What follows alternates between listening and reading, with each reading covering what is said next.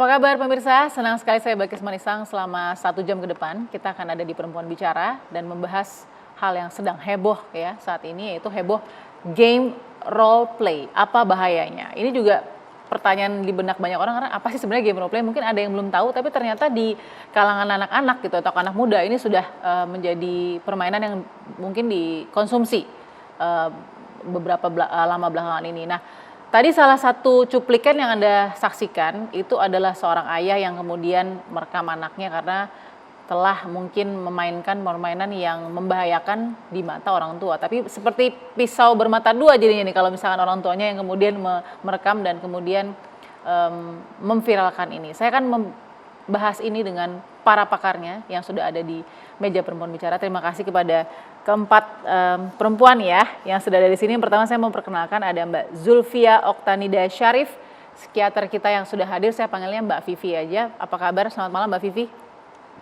Selamat malam, kabar baik. Terima kasih sudah siap ya untuk membahas ini. Baik.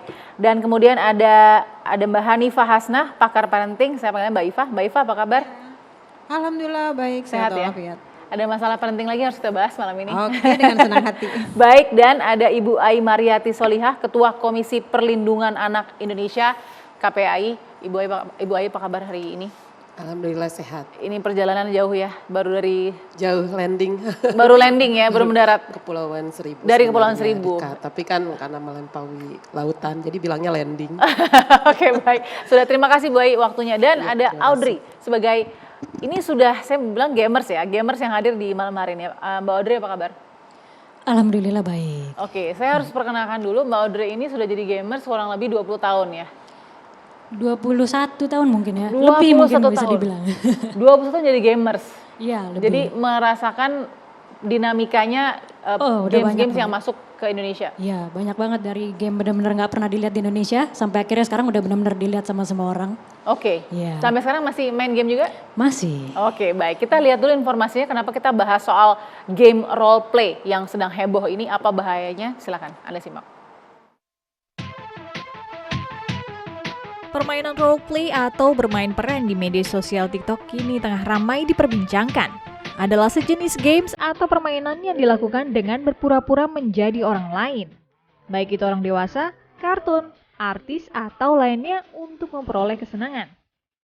Mereka biasanya memiliki komunitas roleplay sendiri dan berinteraksi satu sama lain dengan memainkan karakter yang dikehendakinya. Roleplay ini bukan hanya populer di kalangan remaja, tapi juga dimainkan oleh anak-anak. Sehingga dikhawatirkan bisa mengganggu perkembangan hingga berdampak pada gangguan jiwa. Mengingat permainan dan interaksi melalui perbincangan di dunia maya terkadang menjadi bahasa yang tidak senonoh, serta menggiring ke pembahasan orang dewasa yang melampaui batas pemikiran sang role player, yaitu anak-anak. Oke, saya harap orang tua yang menyaksikan ini atau anak-anak yang menyaksikan ini ada bimbingan orang tuanya di sampingnya agar ini untuk memberitahukan bahwa edukasi ini untuk justru membuat kita mengerti game ini seperti apa dan efeknya baik buruknya seperti apa. Oke, saya pertama penasaran, saya mau ke Mbak Audrey dulu. Kenapa? Karena Mbak Audrey punya expertise di situ. Selama 21 tahun menjadi gamers, melihat game role play yang kemarin heboh karena video seorang ayah kepada anaknya gimana nih? Kalau menurutku sebenarnya nggak bisa disalahin ke gamenya sepenuhnya sebenarnya. Oke. Kalau misalnya segala sesuatu yang kita kerjakan secara berlebihan itu kan pasti nggak baik ya. Ya. Nah mungkin kita harus tarik lagi ke belakang. Kenapa anak ini bermain game secara berlebihan?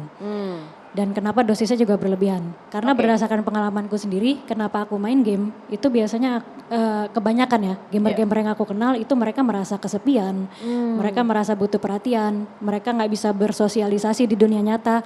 Nah itu akhirnya mereka masuk ke dalam dunia game dan mereka bisa merasakan semua itu. Mereka bisa merasakan perhatian, sosialisasi dengan orang-orang. Biarpun mereka nggak kenal mungkin ya sebenarnya. Oke, kalau game itu sendiri role play apa yang bisa didefinisikan secara simple dan sederhana oleh Mbak Audrey? Role play itu sebenarnya secara simpelnya berakting ya. Kita berpura-pura jadi orang lain. Kita masuk ke dalam dunia baru yang berbeda dengan dunia nyata kita. Dan kenapa mungkin ada anak-anak yang senang dengan dunia role play tersebut? Karena mereka merasa dunia nyatanya itu tidak seindah dunia role play-nya. Gitu. Jadi basically kalau menurut aku gak bisa disalahkan gamenya juga sepenuhnya. Mungkin ada keterkaitan juga dengan orang tuanya. Pola asuhnya atau ya semacamnya seperti itulah. Yang bikin mereka merasa nyaman dengan dunia role play-nya. Oke, wah ini 2 poin penting tadi yang diberikan oleh Mbak Audrey. Yang pertama, kita tidak bisa salahkan game karena again pasti ada terms atau syarat-syaratnya gitu ya. Terus anak-anak juga tadi sedih juga ya saya dengarnya karena ini bisa jadi anak-anak yang kesepian dan sendirian dan dia lari ke sana melihat oh ternyata dunia game atau dunia maya ini lebih indah daripada kehidupan saya sesungguhnya walaupun masih anak-anak. Oke, kekhawatiran dari Mbak Vivi sebagai psikiater apa yang dilihat dari game ini? Iya, karena bermain peran sebetulnya itu merupakan hal yang bisa ada di berbagai konteks sebetulnya, Mbak Balkis. Artinya waktu kecil kita suka main rumah-rumahan, jadi bapak, jadi ibu. Atau role play itu sendiri, bermain peran itu sendiri bisa digunakan dalam konteks pendidikan, pelatihan, dalam konteks terapi juga ada teknik bermain peran. Tapi dalam game role play ini ada identitas yang dibuat yang sangat berbeda dari dirinya sendiri. Dan apabila itu dilakukan oleh anak-anak yang masih dalam proses pembentukan identitas, di sini bisa terjadi kebingungan. Khususnya pada remaja itu ada krisis antara identitas dan juga bagaimana dia bisa memerankan peran dirinya di dalam dunia ini. Jadi kalau dia punya identitas ini dirinya, kemudian identitas dia karakter di game role play tersebut, itu bisa membuat dia menjadi bingung. Ya. Jadi dalam hal ini Mbak Vivi agak menggarisbawahi responsibility dari role play-nya, si game role play-nya ini. Sebetulnya memang tiap game itu biasanya sudah ada peruntukan usia. Iya. Nah mungkin untuk usia remaja atau dewasa, tapi di sini pengawasan orang tua ketika anak-anak di bawah usia, di bawah umur bermain game yang tidak sesuai dengan usianya. Jadi menyayangkan bagaimana syarat dan ketentuan dari permainannya, tapi juga satu sisi melihat dari orang tua. Betul, karena siapa yang bisa mengawasi? Ketika misalnya game ini diperuntukkan untuk remaja atau usia dewasa, ternyata anak-anak kayak kasus itu 11 tahun. Sedangkan dalam game role play ini mereka chat itu bisa menggunakan media sosial atau misalnya seperti kayak WhatsApp atau lewat Instagram, lewat Twitter. Sehingga mungkin orang tua melihat oh anaknya bukan main game kayak duduk di depan komputer main game seperti game-game yang lain. Bisa jadi mereka hanya chat dengan handphone. Orang tua pikir mereka chatting sama temannya. Ternyata chatting sama karakter lain yang kita nggak tahu ini orang dewasa kah? Apakah dia pedofile, apakah dia predator anak yang mengekspos dengan pornografi dan bahasa-bahasa vulgar. Nah siapa di sini yang bisa responsible, yang mengawasi? Tentunya yang paling dekat adalah orang tua. Kita yakin betul pasti kalau pedofil dimanapun akan masuk ya. Bahkan ke taman bermain saja sudah ada di situ. Saya mau ke Bu Ai dulu, Bu Ai. Nah ini saya tahu kerjaan Bu Ai banyak nih Bu. Ini ditambah lagi dan mungkin cerita soal games yang berimpact kurang baik juga pasti banyak kan bagaimana pemakaiannya. Tapi untuk khusus viral kemarin game role play ini bagaimana dari KPAI menyorotinya? Ya, Indonesia mengacu klasifikasi permainan interaktif elektronik. Sesuai dengan peraturan Menteri Perkominfo ya 11/2016. Klasifikasi ini sangat spesifik, usia 3 tahun, 11 tahun, 13 tahun dan semua umur. Di situ dijelaskan. Tetapi nah ini yang menjadi situasi kekosongan yang kemudian juga ketika ini marak itu seolah-olah kebal, tidak ada dampak baik secara hukum misalnya, maupun juga data-data pengawasannya juga masih kurang. Karena di situ masih secara fisik tidak boleh misalnya rokok, minuman keras gitu ya menampilkannya atau kanibalisme, berdarah, horor yang menakutkan gitu. Kemudian juga yang di situ perjudian dan lain-lain. Kurang lebih ada pornografi di dalamnya. Kurang lebih ada 9 jenis. Tetapi kalau yang memunculkan misalnya akan memberikan dampak tumbuh kembang tidak optimal pada anak.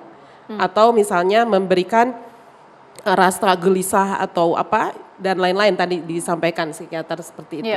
Ini belum karena dianggapnya ada kekosongan secara hukum di dalam peraturan Kominfo karena ini kan secara rigid ya, bukan aturan perundangan. Kalau di atasnya kalau undang perlindungan anak saya lain lagi akan bicara. Ini yang sesungguhnya menjadi satu sorotan di KPAI sehingga kami mengatakan kalau klasifikasi ini tidak ada pengawasan hanya di atas kertas. Karena siapapun anaknya bisa menggunakan nik sendiri, usia dipalsukan dan lain sebagainya, dia tetap menerobos sekat-sekat yang sebenarnya sudah ditetapkan. Nah ini yang pertama, saya kira ini menjadi pengingat bagi kita semua karena memang situasi ini bukan hanya harus dilihat di hilir gitu ya, tetapi tadi ada situasi yang memang harus didukung secara regulasi.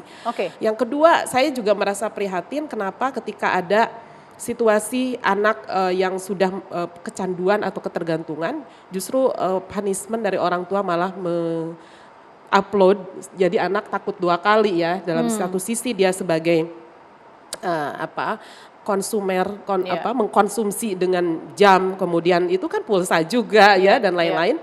Tetapi juga di sisi lain ketika diberikan oleh orang tua gitu ya, pendidikannya mungkin juga orang tua mencoba untuk memberi pengawasan atau pembinaan, tapi dengan cara yang juga belum patut. Ini yang seharusnya kita sadari bahwa ternyata memang ada dampak signifikan ya ketika masa pandemi, bagaimana anak-anak diperkenalkan dengan gadget, tapi kemudian di hilir hari ini kita tidak mampu membuat manajerial supaya orang tua justru memiliki penguatan, pendampingan gitu ya. Bagaimana anak-anak ini perlahan-lahan ada transformasi nyata. Karena kemarin dia kan mau tidak mau memang harus seperti itu. Ada protap PJJ lah, kemudian penguasaan gadget. Tapi hari ini, nah ini tidak boleh longgar. Saya kira 2 hal yang bersamaan ya. Baik itu regulasi yang juga harus memberikan dukungan pada situasi hari ini tentang game online ini. Dan yang kedua adalah pengasuhan, pendampingan, serta bagaimana membangun situasi pengawasan terhadap anak, ini juga sangat penting kita lakukan. Kita akan jauh ke sana, tapi saya mau ke